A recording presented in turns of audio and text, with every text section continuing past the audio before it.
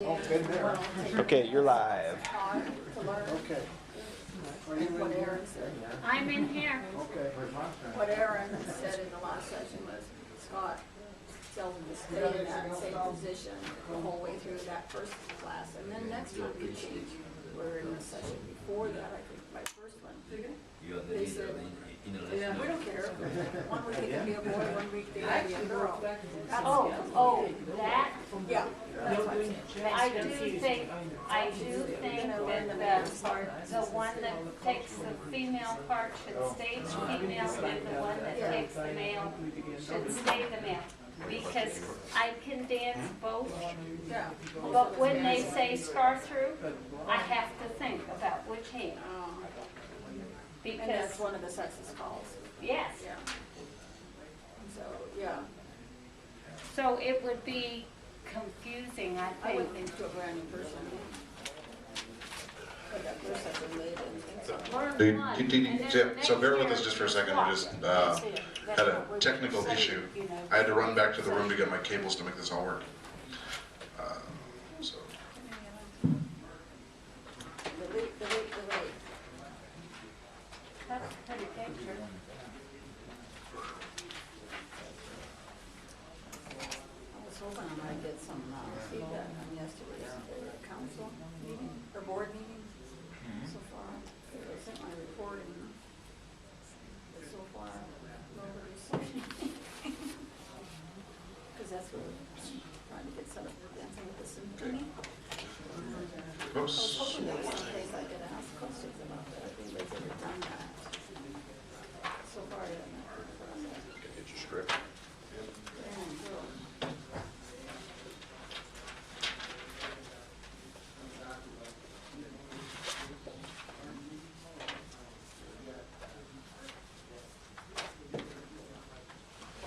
Okay, so good afternoon. Afternoon. Wow, and welcome to the 41st CALLERLAB Convention in Reno, Sparks, Nevada. Today is the 14th of April 2014, and this is the session called Competition, the Last Taboo. I came up with that, it was wonderful. I am Bryan Clark from Vancouver, Canada, and beside me here is Brett Kappenman from Seattle, Washington, or thereabouts. Thereabouts. Yeah. And we're going to be presenting to you some stuff from the about competition, not just the team competition, but competition in general. So, for years and years and years, all I've heard from everybody is that there's no room in square dancing for competition. So I just want to let you know that CALLERLAB has been around for 41 years. The Pacific Northwest Teen Square Dance Competition has been around for 65. This year we're celebrating our 65th year. So we've been competing in square dancing for longer than CALLERLAB's been around. So it's hard to say that there isn't room in square dancing for competition. It's just that it's not as well advertised. And functionally, we really only do it in the Pacific Northwest, so it's not as prevalent. But for the most part, in the rest of the world, square dancing is done recreationally, and people enjoy dancing, and they don't feel that there's any room for competition because of what competition does. Competition does some ugly things to certain people. It tends to make them a little bit, I don't know, competitive. Which the parents. No, I'm just talking about competition in general. We'll talk about what it does to the teen parents later. But why would anyone compete in anything? Look at tennis. Tennis is a very recreational thing. Everybody, a bunch of people that I know, they love to play tennis. Would they go into a competition and compete against others? No, they just do it for exercise, and they do it to have fun with their friends, and then afterwards they go out for drinks, which I think, the exercise component helps them with the drinking because it justifies the ends. They feel that they've had enough exercise. They can have the wings and the drinks and whatever. Ballroom dance is the same thing. There's a lot of people who practice ballroom dancing, and they have no want or need for competition.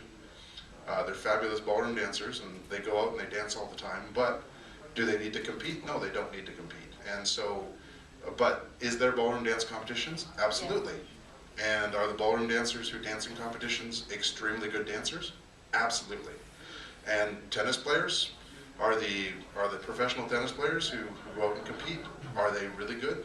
Absolutely. You know, that's the whole idea, is if you want to excel or be the best at what you're doing, the way to do that in an environment that is, I guess, fun, competition is one of the best ways to do that. I also wrote down here dog shows. I don't know why people compete in dog shows, but they do. Usually the dogs do. The dogs do, but the people are the ones that are most interested in it. The dogs really don't care, they're just walking around. But the people are the ones who primp and make the dogs look wonderful. So, as far as square dancing goes, most people don't understand or see what the positive aspects are of square dance competition. In our case, in the Pacific Northwest, the positive thing is just the teamwork that comes out of it. You know, not only do we have amazing teamwork amongst the kids, you know, they actually get to do or be the best that they can be in front of other dancers from other clubs, and we have a very friendly competition. You know, we don't throw stones, we don't yell at each other, but they get out there, they dance, and the judges judge whether or not they've performed better than the others. And we'll explain, or Brent will explain most of the Teen Festival stuff. So I ask certain questions here. Why should we compete? And we compete because it promotes growth. You know, back in the old days, you know, square dancing only had, you know, so many calls, and you know, back when the Teen Town competition started 65 years ago, you know, it was square dancing of 65 years ago. It wasn't the square dancing we have now. It was what square dancing was 65 years ago. And they got some 4-H groups together, and they brought them in, and they ended up turning into square dance clubs, and they got them to compete together. And that was basically how it all started. So square dancing has grown over the years, and as it's grown, the competition has grown with it. And so the dancers that dance at the competition, you know, although they're only dancing mainstream and plus, it's a kind of mainstream and plus that normal dancers don't dance. And they dance it as though they're, you know, Olympic dancers, as I call them. The other one it says here, competition advances human civilization. And I had some notes here. It says, if there were no competition, we would not have landed on the moon. So, of course, because of the Cold War and everything else, you know, we wanted to beat the Russians to the moon. Well, when I say we, Americans wanted to beat the Russians to the moon. I'm Canadian, by the way. That's okay. Americans wanted to beat the Russians to the moon, so what did you do? You competed with them in a very friendly way, sort of, and you guys made it to the moon much before they did. So, you know, it has advanced human civilization. All of the technology that has come out of the NASA program is awesome. The Cold War competition created many different advancements in technology. Square dancing can grow because of competition. So in the Pacific Northwest, we have a large number of callers in the Pacific Northwest because of the square dance competition. Myself and Brett being two of them, but they're, you know, almost all of the callers in our area have been affected by it one way or another. Either they were competitors, or they were judges, or they've been involved one way or another, training kids or doing something. So it's been a very positive aspect for our area. Some of the parents who deal with the kids, they end up becoming dancers. So it's positive in that sense. We end up getting a lot of extra dancers because of this. And then here it says, it forces us to be more creative. So the competitive dancers, I wrote this, they think outside of the box. So, you know, rather than just thinking about how to do the call, we think of how to do it upside down and backwards. And so the competitive dancer thinks a little bit more about the activity that we do than the recreational dancer does, because we, you know, we're told to dance it as well as we can. The other side of it is that we add flourishes and extend the square dance landscape. So the display dancers who are just dancing displays, they make them look as wonderful as possible. And we're going to show you a video later of exactly what that looks like. And you'll be amazed at how well these kids dance. And then here it says, it teaches us. For someone to win, someone has to lose. And so you have winners and losers. And I don't like to think of it as winners and losers. I like to think of it as winners and those who haven't won yet.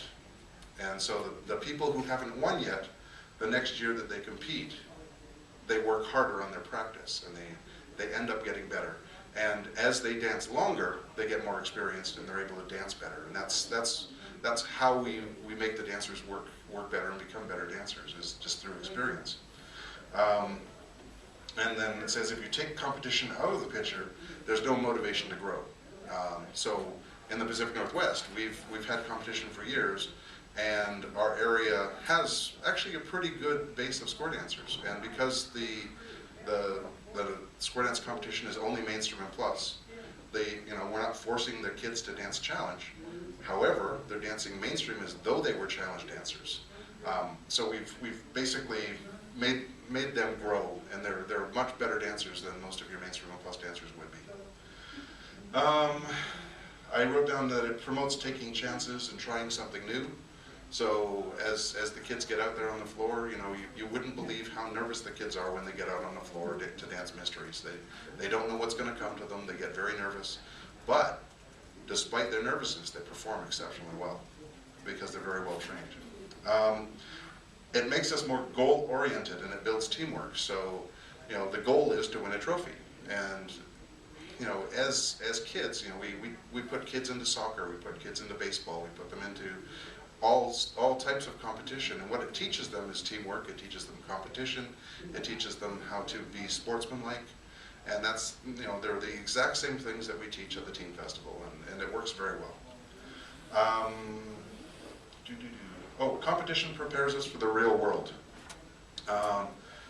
The thing that I'm scared of most nowadays is in schools, they're having sports days where nobody wins. Everybody gets a ribbon because you've participated, and because they don't want to make any one child feel like they're a loser because they might be ridiculed or they might have trouble. And I have a problem with that, in the fact that you need to learn those lessons as a child, because when you get into the business world and your first day of work and you haven't done what your boss wanted you to do and your boss dresses you down, you can't handle it, and you don't have the coping skills to deal with it because you've never dealt with that kind of scenario. But as a kid, when you get into competition, you learn to deal with disappointment because you don't win the first time out of the gate. And as you practice and you do things, you become better at it. And that's what you're teaching your kids, or that's what you're teaching people, is the more you practice it, the better you become at it. The chances are you'll do well. And so in the business world, the more you work, the harder you are, you might get promoted. Those kind of things. And that's really what it teaches us about the real world. Life isn't fair.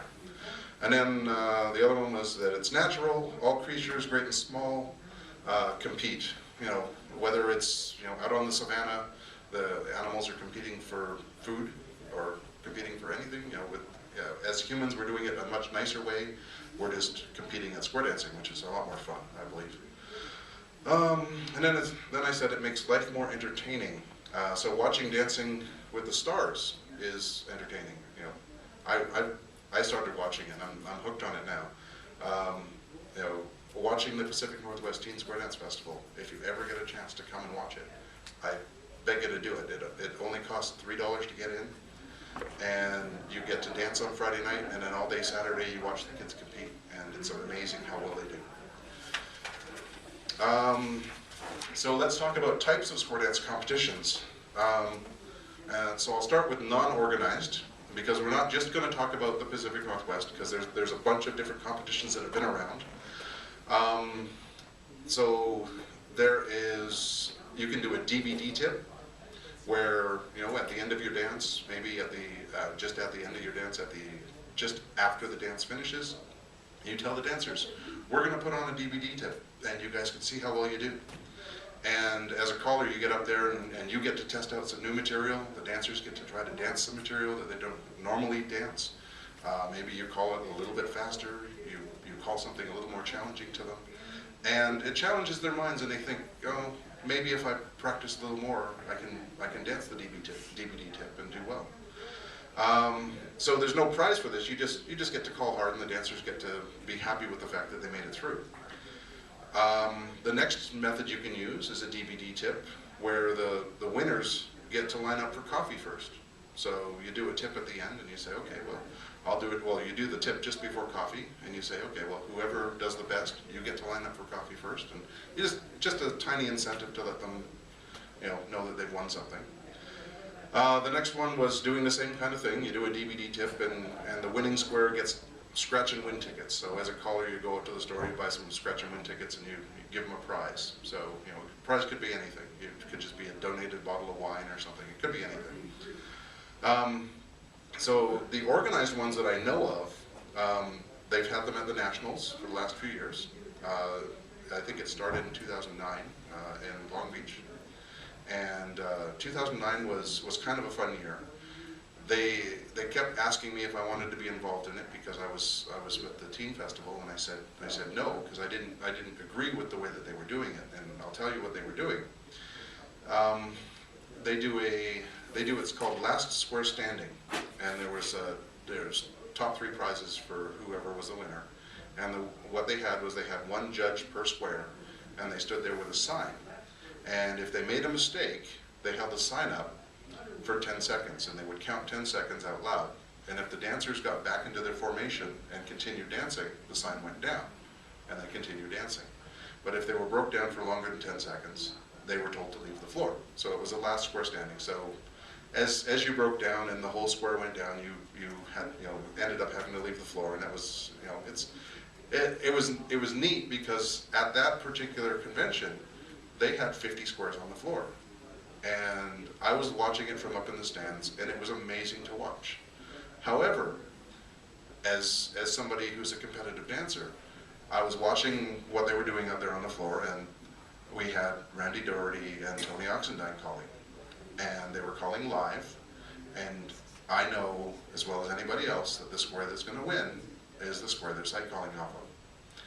So it's not really a fair competition. But as an exhibition of competition, it was a lot of fun. Everybody that danced it, I think they had a great time. Everyone I talked to about it had a great time. The next year that they did it, they didn't have as many squares competing. I think they had around 30. But it was still just as fun the next year. And I think it's a great event. But the reality is, if your last name is Hannelau, you're going to win. That's all I know. You put Jennifer Hannelau and their daughter, I can't remember her name, put them in the square, they'll win for sure.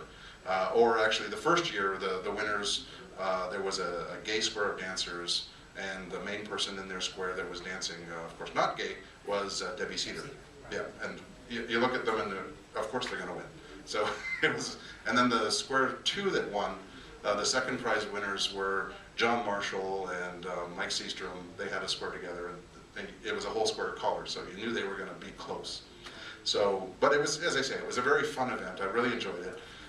But as I say, at the time I didn't want to be involved because I didn't agree with how they were competing.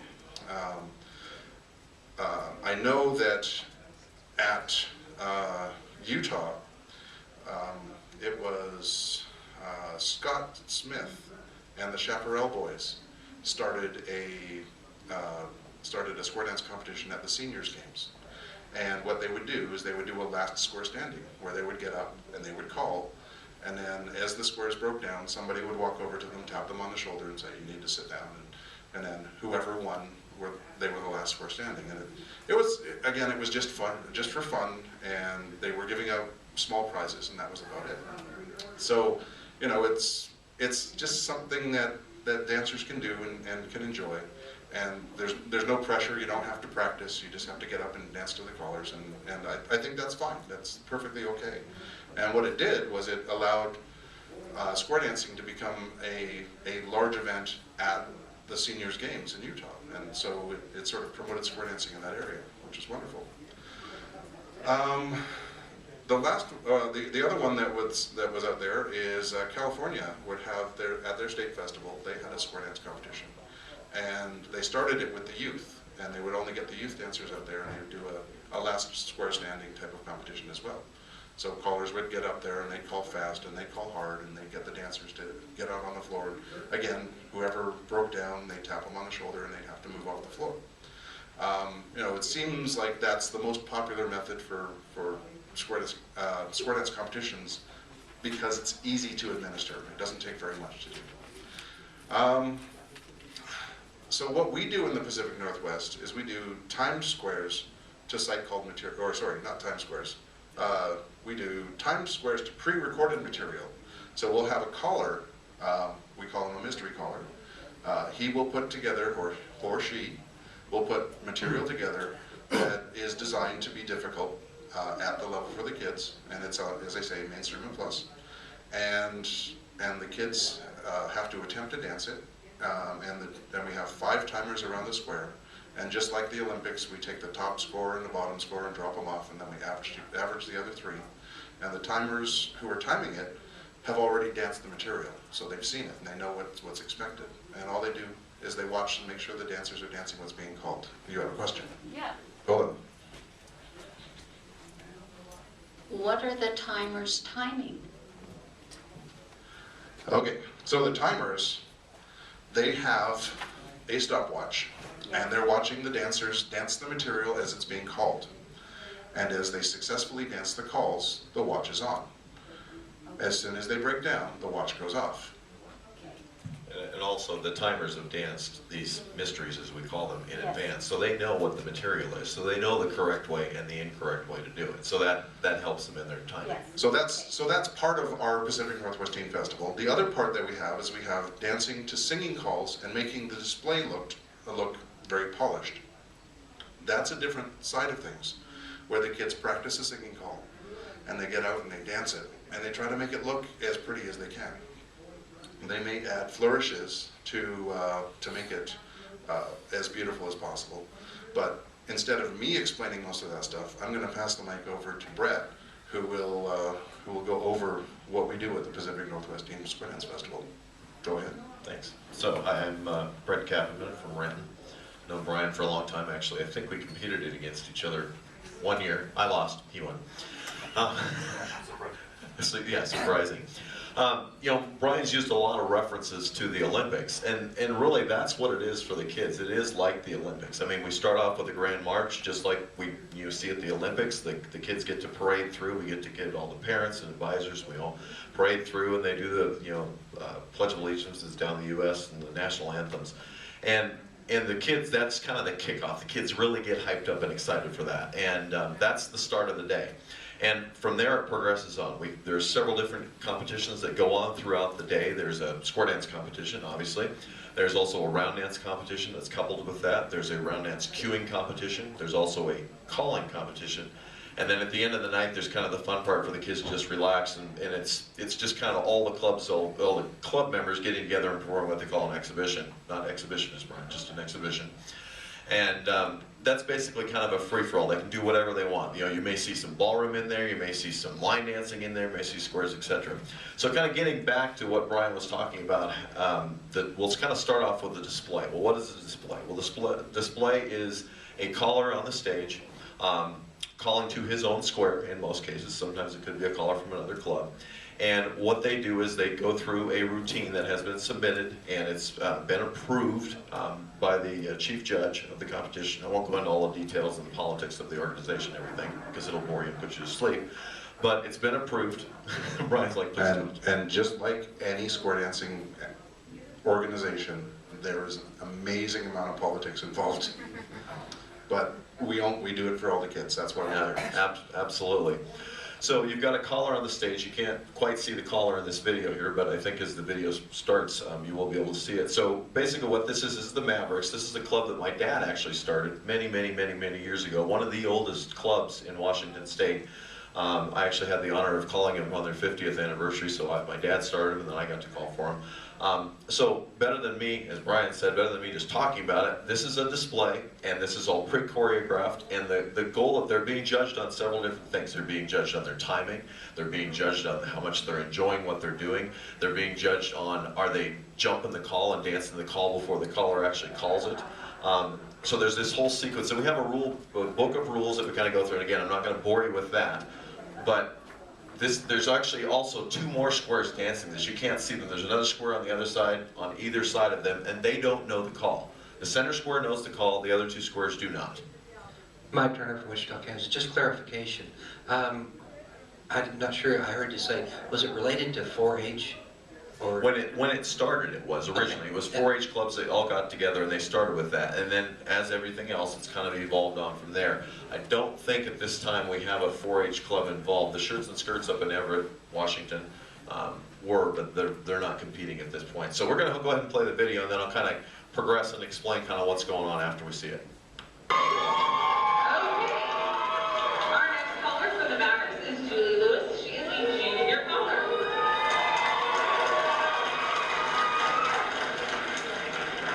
Watch carefully. At Lady Center, take out chain. So where is the passion we needed the most? That's wonderful. You pick up the leaves and the magic is lost. Out and last and weave the rain. They tell me your blue skies fade to gray with doe side rum and naked, and I don't need no carrying on. Heads you square through, forehead you go. Don't settle. Spin the top, go, recycle now. Love the buzz. They tell me your blue skies fade to gray, swing the go around. Rum and naked, and I don't need no carrying on. Head square through 4. As you had a bad day, you're taking one down.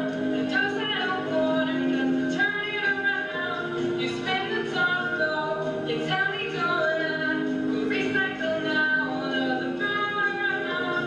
You had a bad day, you're taking one down. Swing from a naked, and you really don't mind. You had a bad day. You had a bad day, and Lady Center, take out chain. 'Cause you had a bad day. You're taking one down. You sing a sad song just to turn it around. You say you don't know. You tell me don't lie. You work a smile, and enough to weave the ring. You had a bad day. We're coming back down. We're coming back down. Those I don't promenade. You had a bad day. You had a bad day. Side square through 4, hands you go with the corner. Those I do. So one of the comments that there's a guy standing right by the speaker over there, bald guy. He trained the square, and he told me after this that this particular time they danced it was the only time they've done it without dropping their hats on the floor. Side square through 4. And so at the end of this, you'll see how happy they are with their performance.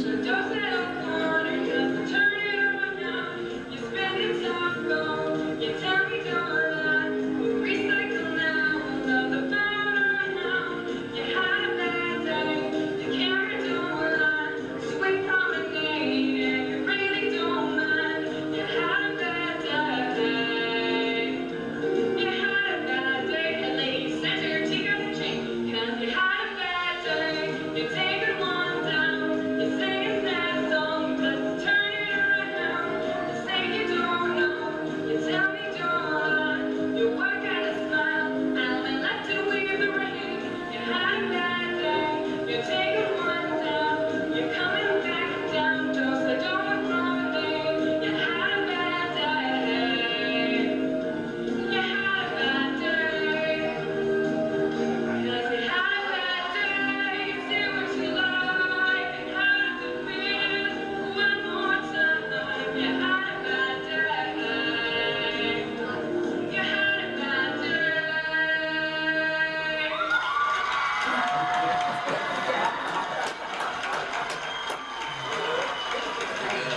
And the other thing that I'll add to what Brian also said is, you got to remember that there's a lot of other clubs, competing clubs against, this was the Mavericks that were competing against this club, and they were all cheering too, because to time that, and again, it kind of goes back to what we said, you know, in the Olympics, you got a volleyball team, you've got any other sort of type of teamwork, the timing, the complexity to put that together and to time it and to make it all work, and like Bryan said, they only got it one time. I mean, that's just absolutely amazing to be able to do that. Incidentally, the ball guy that he was talking about is actually a good friend of mine, and he and I competed together, and I actually introduced him to his wife, his future wife at that time. So again, there's all these relationships that go on. What you saw down there in the previous video, it's not on the screen right now, but you saw 3 people down there at the tables, those are the judges. And then you also, there was also judges kind of on the other 2 squares on either side. This would be a side position here. Is this the same, is this the mystery? Or is this, okay, this is the mystery. So we dance 3 across. The 2 outer positions don't know the call, the center position does. And then they're judged on timing, how well, how accurately they can dance that.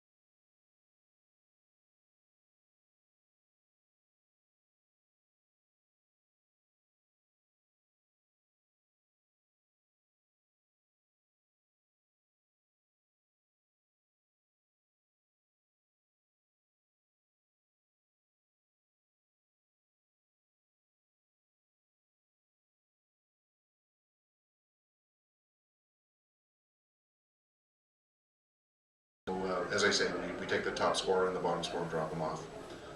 So we're going to see a mystery here, and you may say, well, how do you prepare for that? Well, for me, it's like trying to get inside Bryan Clark's brain. I mean, which is really difficult. In some place, I probably don't want to go. But at the same time, what I do is I try and be very creative. You know, for those of you that have gone to the Proficient Plus, which Bryan just did with Randy Doherty, for me, the kind of stuff that we saw in there, the kind of things that he was calling, those are the kind of things that I train my dancers on. And the great thing about kids is they're very forgiving. They don't care if you call something that doesn't work. It's like, well, that didn't work. Try something else. And they'll do anything. I mean, I could call box the gnat and roll, or half box the gnat and spread, or what. They don't care. They'll do any of the weird kind of stuff. So what we're going to see here is a mystery. This is the Jackson Jills. They're from Kent. Rod Alex formerly called for that club, and now he's moved away. Now I'm actually the caller for that club. So, and I don't know if Bryan wanted to add anything to that. So this is roughly 10 minutes long. I want you to pay close attention at about 4.5 minutes. It gets really cool at that point. Here we go. Hello, this is Bryan Clark from Reno, British Columbia. This is the 2009. Yes, that is Bryan Clark's calling the mystery. Senior final history. Countdown. 3, 2, 1. Start. 8 bow to the partner. Enter and bow to the quarters. 2. 4 ladies chain 3 quarters. Turn the girls 1 quarter more. All the heads got a diamond. Do a diamond circulate. Sides, count a diamond, circulate. Heads work with heads, sides work with sides, diamond circulate. In the same diamonds, flip the diamond, go right, left, right. As you can see, they're already down.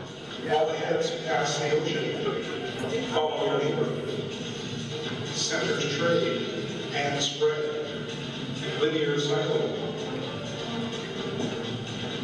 Star through, track 2, recycle, rear to the left, boys run, girls zoom, boys circulate, and a right left branch. The other thing to notice is they're also trying to enjoy this too. So they've got to get a smile on their face. Both sides do a regular through and back away. 4 ladies chain 1 quarter. All 4 ladies flutter wheels. Side positions fan the top. Do your part while the girls peel the top, the boys extend. Flip the diamond, and arm left right hand. Lead a girl and square your center kind of close. While the hands go down through. Center to a daisy style to a wave. Do your part while the boys peel the top, the girls extend. Boys left swing through. Flip the diamond. Linear cycle. Pass the ocean. And on left branch.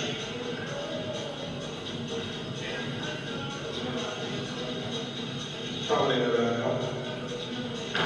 All the sides slide through. Double pass through. Track 2. Linear cycle. Look the boat.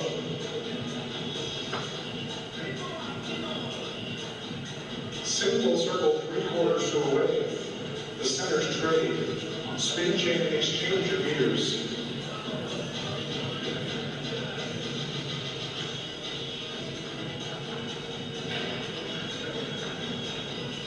Linear cycle. Star through. Track 2. Swing through. Boys circulate. Explode the wave. Tag the line. Face in. Pass through. Do a wheel and deal. Double pass through. Face in. Slide through. Centers twice. Back away. Should be home. Hands left touch 1/4. The boys left touch 1/4. Each box walk and dodge. Trade by. Boys touch 1/4. Those facing touch 1/4. Walk and dodge. Okay, so now they're broken down. Hands peel off. Centers face in. Everybody slide through. The centers roll. Back away. Should be home. All sides pass the ocean. Extend. Centers cast off 3/4. The ends begin to circulate. The center diamonds circulate. The ends hinge and roll. The centers cut the diamond and roll. Very centers pass through. Everybody slide through. The centers wheel and deal and sweep 1/4. The ends trade and roll. Pass through. Wheel and deal. Double pass through. Centers facing in. Centers pass through. Everybody do a U-turn back and should be home. Now. All the heads left touch 1/4 and spread. Side boys extend. Head boys dodge left. Head boys cross fold. The side boys and the head girls face in. The lady will call. The side boys start for everyone, and if you can, do 7 consecutive touch quarters, alternating hands, beginning from the right. Go.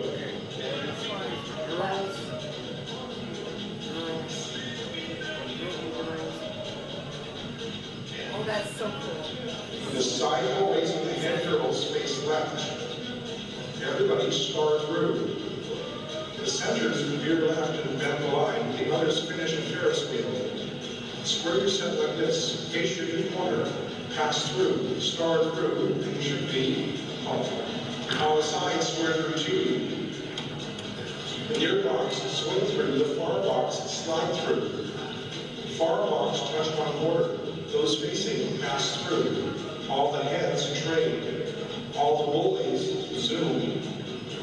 Everyone hinge. The far wave, fan the top. The near box, follow your neighbor. Those facing directly, pass through. The near line of 4, do a half tag and scoot back. The far line cast off 3/4. The near box, follow your neighbor and spread. The far box, pass the ocean. All the boys run. Those facing directly pass through. Wheel and deal. The near box feet apart, pass to the center of the roll, far box, 3/4 zoom. Centers, single circle 2A, right left grab. Meet the river with the promenade home, it's a very short trip. All the heads pass the ocean. Follow your neighbor. The centers cast off 3/4.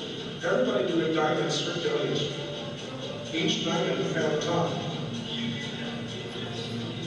Flip the diamond. Fan the top. Couples circulate.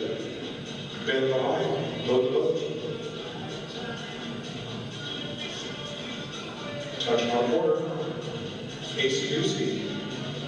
Recycle. Panorama left round. Meet a girl and square your set position close to home.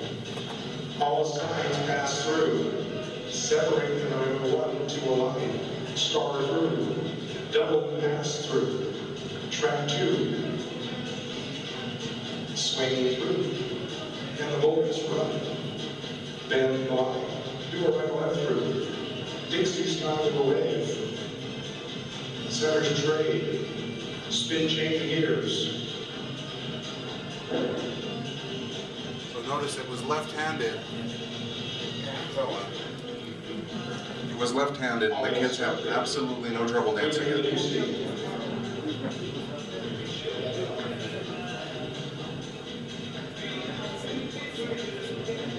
Trade wave. Boys circulate. Swing through. And I'm on the left grand. On the third hand, promenade back home. If you notice, they always reach out and touch somebody. Their formation awareness is impossible. The near column zoom. Far column double pass through. Do your part. While the far column does their part of track 2 to the near column dodge. Far column Dixie style to away will the near box hinge. The boys pass through. Girls trade. Spin chain through. Notice there Either was recycle or wheel and deal. a hesitation there. They just did it because they know the definition. Center girls trade. The heads run. Pass through. Bend the line. All the boys spin the top. Girls do a left, spin the top. Those facing start right and left through. Slide through, the centers roll, back away, should be home. All sides slide through. All feet circulate. Spin chain the gears.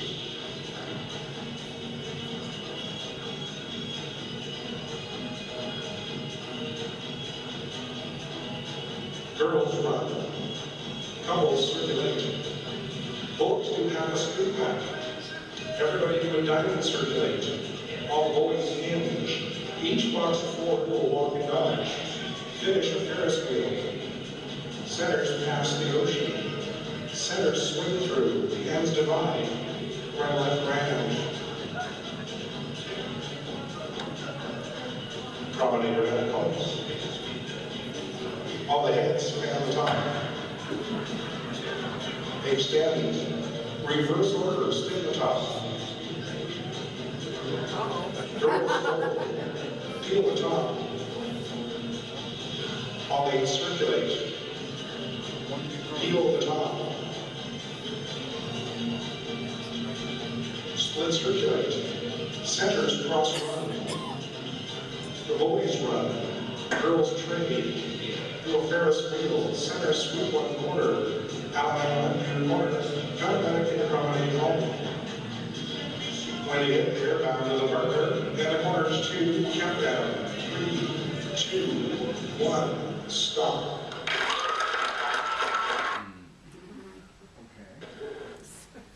So you'll notice, behind them, there's a big table filled with trophies.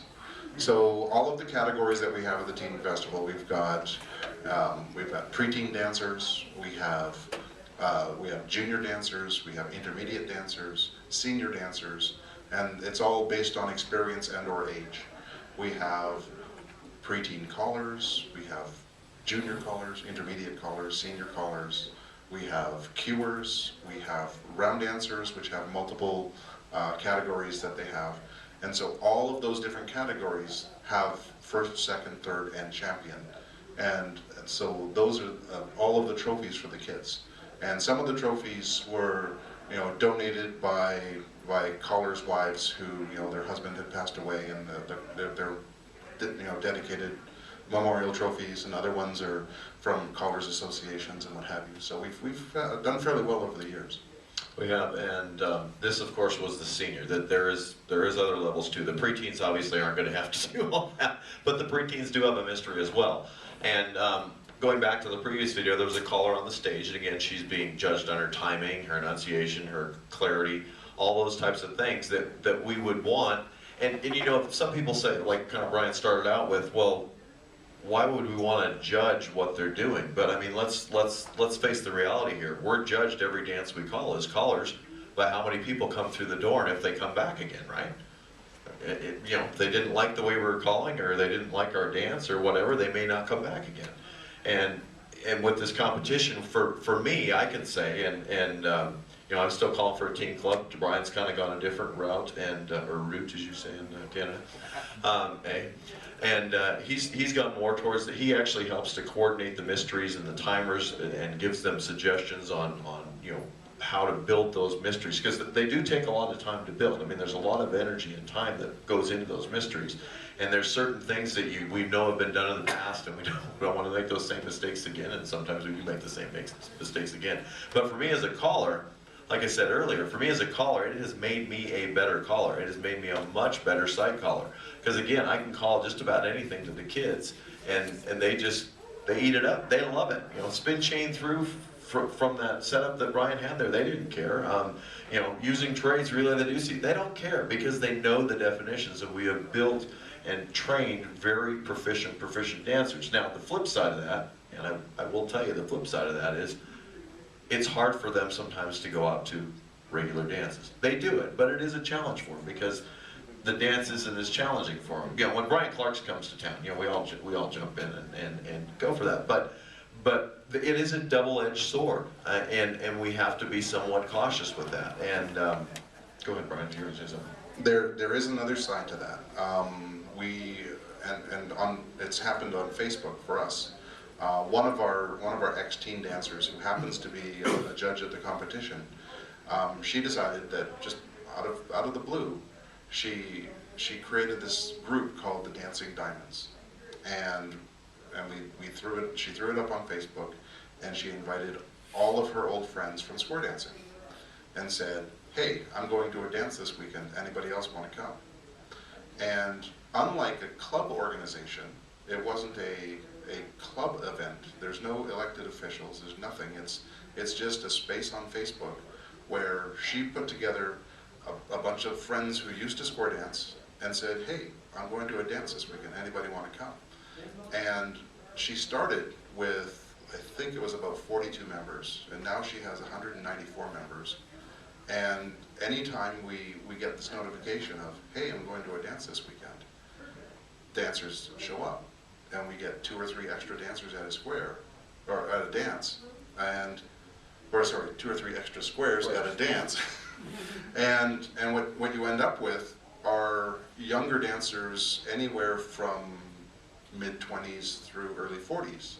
And of course myself included. And I've been coming down and dancing in Seattle quite a bit whenever these things show up on Facebook, and if I have time. And a lot of our old friends who we used to compete with are now going out to these dances and supporting them and having a lot of fun. So that's been sort of a side effect of the Teen Fest, recently anyways. And kind of along the same thing, you might think, well, they're competitors. Well, they are, but I mean, I kind of look at this, and like the phrase or not, I kind of call square dancing the NASCAR of dancing, because we have all these different clubs competing, but we're really all friends. We all get together for meetings. We get together and hang out with friends. Again, like I said, the gentleman that was standing up there by the stage, good friend of mine, and even across clubs, between clubs from here all the way up to Canada. I mean, I never would have met somebody like Bryan Clark outside of square dancing. Our paths would just have never crossed, and they have, and I've developed a good friend as a result of that. And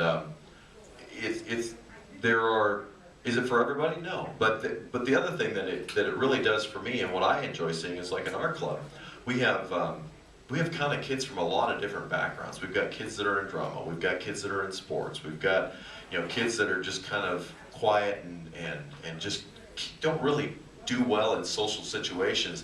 We bring those kids into those square dance clubs, and the kids are accepting of them. They don't care. They don't judge them. They don't look at them. They come in, and then we teach them how to dance, and now suddenly they're part of something. And that to me is the real big thing for me, is because anybody can learn. You know, if you can walk, you can dance, and that's the great thing about square dancing. Now, you do it the best? No, you do it better than somebody else? Maybe not. But it's such an open door for kids to be able to invite other kids and to have such a great time, and that's why I enjoy it so much. Yeah. So at the end of the day, you know, should we have competition in square dancing? Well, we've had it for 65 years, and it's continuing to go. And I think it'll go for at least, you know, another 20 years or so. We have no idea, because our numbers are down just like everybody else's. The kids aren't as good at promoting themselves as they have done in the past. But, you know, the clubs are still going. We're still having the Teen Fest every year. You know, should we do something like this for adults? I say, why not? You know, we have some exceptionally proficient dancers around the world. The problem